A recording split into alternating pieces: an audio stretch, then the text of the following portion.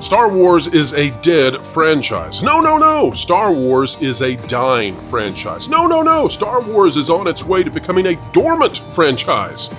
You have heard the debates, you have heard people talking online about the situation of Star Wars, and many have pegged a bunch of different reasons for why we see a franchise that was once top in the world now struggling to get even 1.2 million households to tune in for the latest show. So what really killed Star Wars?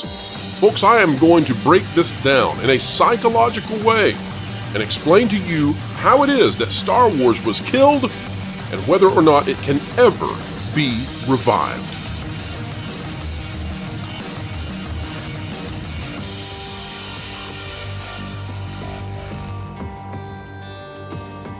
All right, ladies and gentlemen, welcome back to another video explaining entertainment and keeping you ahead of the culture curve here on the WDW Pro Channel.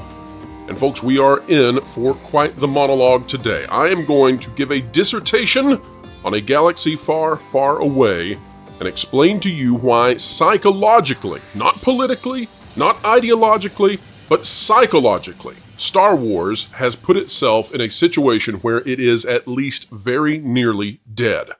We see this, of course, with the Ahsoka series, where people are declaring that, well, it's average, or it's slightly under average, or it's slightly above average, but it's not terrible. It's not great either. And yet, nobody's really tuning in. Why is that? What has Star Wars done to itself? To get into this, and I promise, folks, that I will deliver to you some stuff, some ideas that you perhaps have never heard anywhere else. But to get into this, I first need to make an analogy. For a moment, will you please give me your time to consider a hypothetical situation? A hypothetical situation in which, let's imagine for a moment, that there was a company out there that purchased the Batman franchise from DC. They purchased it at great cost, and let's imagine for a moment that upon the purchase of the Batman series, franchise, stories, mythos, that this company decided that Batman was not at the heart of what made Batman cool. No, they did not need the Caped Crusader. Instead, they put writers in charge who determined that they would insert a new protagonist, a new hero, someone who would lead the franchise to a greater point than ever before. And that would be the daughter of the Joker himself. Let's name her Harley. She's named after her mother, of course. And Harley, not Harley Quinn, but Harley too, Harley Jr., takes off and decides that she is going to be a good guy or good girl. She's going to be a superhero and take on the baddies of Gotham without Batman because he's gone, he's disappeared. However, she needs to find Batman because he will elevate her to the level in which she can defeat all of the biggest baddies there are. The only problem? Batman no longer cares. Bruce Wayne is a shadow of his former self, and he has decided that his efforts as the Caped Crusader were all for naught. She leaves disappointed, but she still becomes greater than he ever imagined that he could be, and he dies of diarrhea on the potty, much like Elvis in his last days.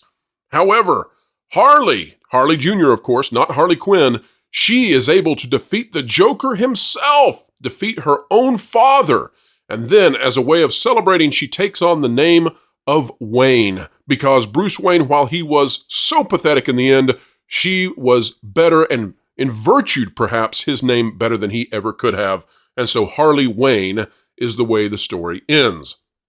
Now, folks, that would be one of the worst possible stories you could ever write for the Batman franchise, clearly.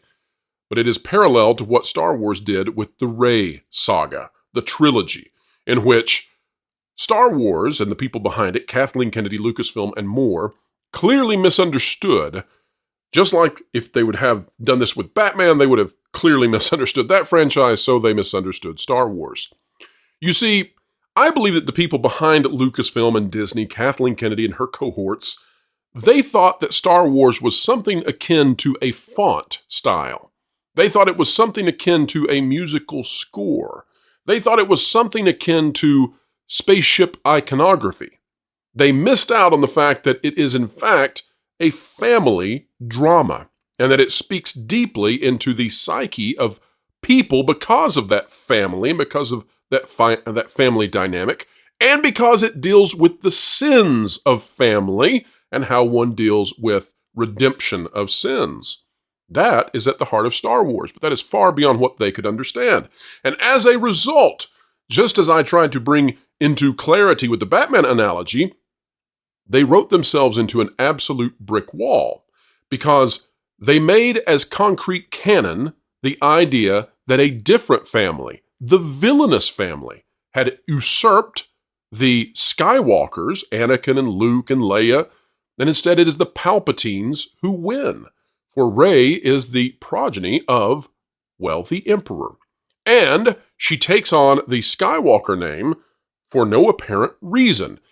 You see, Rey acts as sort of a Goldilocks, but instead of the three bears running her out of the house, Rey is the Goldilocks who evicts the bears. And she has evicted the Skywalkers from their own saga, their own story. Now, to put all of that psychological explanation into practicality, what it means is that you run into a dead end with Star Wars from a narrative standpoint. It is the sin among all sins, in that because Rey ends the story as the Palpatine offspring winning the day, and the Skywalkers have all died, and Rey takes on their name and lives their lives vicariously, you run into a situation where you really can't progress past that, because whether or not the folks behind that storytelling knew it, they had decimated the narrative. And so, in real life and in fantasy as well, folks want to know that they are progressing forward. In your own job, if you cease to make progress forward, you will come to dislike your job and you will be stressed about that job. The same is true in your family life. If your family is not making progress towards becoming better and having better days and better experiences with one another, you will grow stressed about that. The severity to which you fail to make that progress will increase the stress levels that you feel. For example, right now may be a good day for you, but if someone in your family becomes ill tomorrow, and if you lose your job at the same time, then things get very stressful very quickly. And that is because you have been deviated, of no fault of your own, away from the progress that you once believed you were making. The same is true in narratives, because narratives are intended to be symbolic of real life. And with Star Wars, it's no longer capable of making progress because you run into that, again, brick wall at the end of the story. Now, that is a very stupid thing for Star Wars to have done, but that is where we are.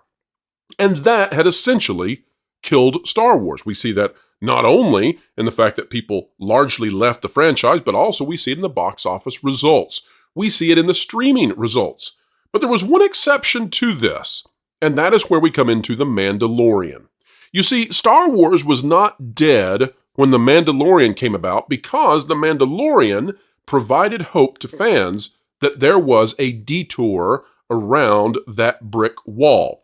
Star Wars is in a situation, due to the decision-making of Kathleen Kennedy and others, that it is hard, concrete canon, that brick wall that exists at the end. The situation with Rey, the situation with what was done to Luke and Leia and Han, etc. Because of that, you can't just write parallel stories that get you around it. You can't decanonize it. It is there, and it is permanent. So the only real option to get around that is, of course, to detour it in some way. You can explain Luke's actions in such a way that make him valorous once more. You can rethink it in some way that gives Luke the victory and restores balance to the prophecies that were in the canon about his father and himself. You can also do things such as you can have Luke Skywalker in some way resurrected. That would be quite the thing, but it is a narrative option on the table. The problem, though, is that The Mandalorian was supposed to be that detour option. And that is what people returned to Star Wars to see. The first season of The Mandalorian did fine, but it wasn't fantastic in terms of viewership. The second season, however, is when things changed. In fact, The Mandalorian was so successful in its season 2 finale that it defeated The Office for the very first time for the top spot in all of streaming. Finally, Disney Plus had a victory over Netflix just flat out. But that was quickly taken away.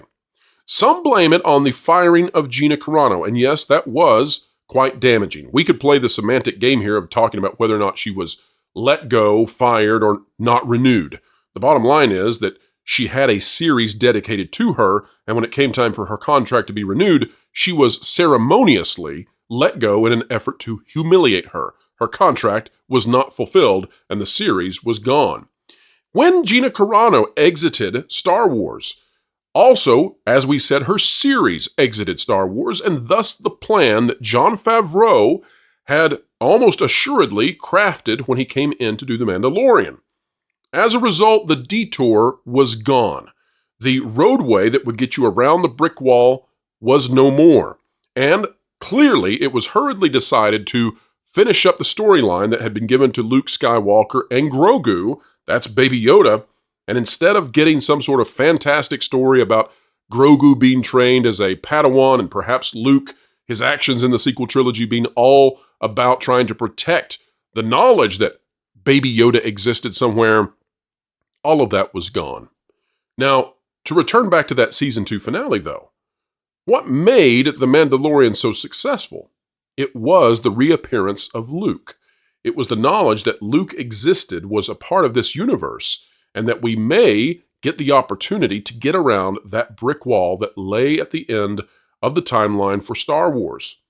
However, with all of that gone, Star Wars truly was narratively and psychologically dead. Now, Star Wars still continues forward, but the viewership drops. It does it in a pattern. It does it overall. Each new series seems to drop lower and lower. And regardless of whether or not Ahsoka is good, Ahsoka still exists within this timeline in which we get to a point that no one wants to go to. And because of that, no one wants to participate in this journey with Ahsoka. Yes, those who care about Star Wars simply as a piece of iconography or nostalgia, they're happy to go and watch the fireworks and enjoy the little lightsaber battles. But those who recognize that Star Wars was more, they are not interested in returning to this whatsoever. They do not look forward to the Acolyte. They don't care what happens with Thrawn or the Mandoverse movie because, in the end, this is still a story of a character who usurps their hero, and their hero is left in tatters. That is not the way that they want to reminisce about Star Wars, and it's not something they're willing to participate in any longer. So how can Star Wars possibly get around that today? Well, it's much, much more difficult at this point. At some point, at some far venture down the road with Star Wars, once Kathleen Kennedy is gone, they are going to have to make the decision to get rid of the sequel trilogy in whatever way they want. They can decanonize it, they can retcon it, they can get around it. Whatever they want to do. Go with multiple timelines, it doesn't matter. But until Star Wars is in a place where progress can occur, well, fans are not going to participate in a regression. That's why the Rey movie is even more doomed to fail than anything we've ever seen before. Because when the Rey movie arrives, it will simply be a solidification of the retraction and the regression of this story. It is a hardening of the heart when it comes to Pharaoh, and Pharaoh is Kathleen Kennedy. The market has spoken loudly. The market, that being the audience, that being all of you out there, you care about the heroes, the heroism, and the family of the Skywalkers.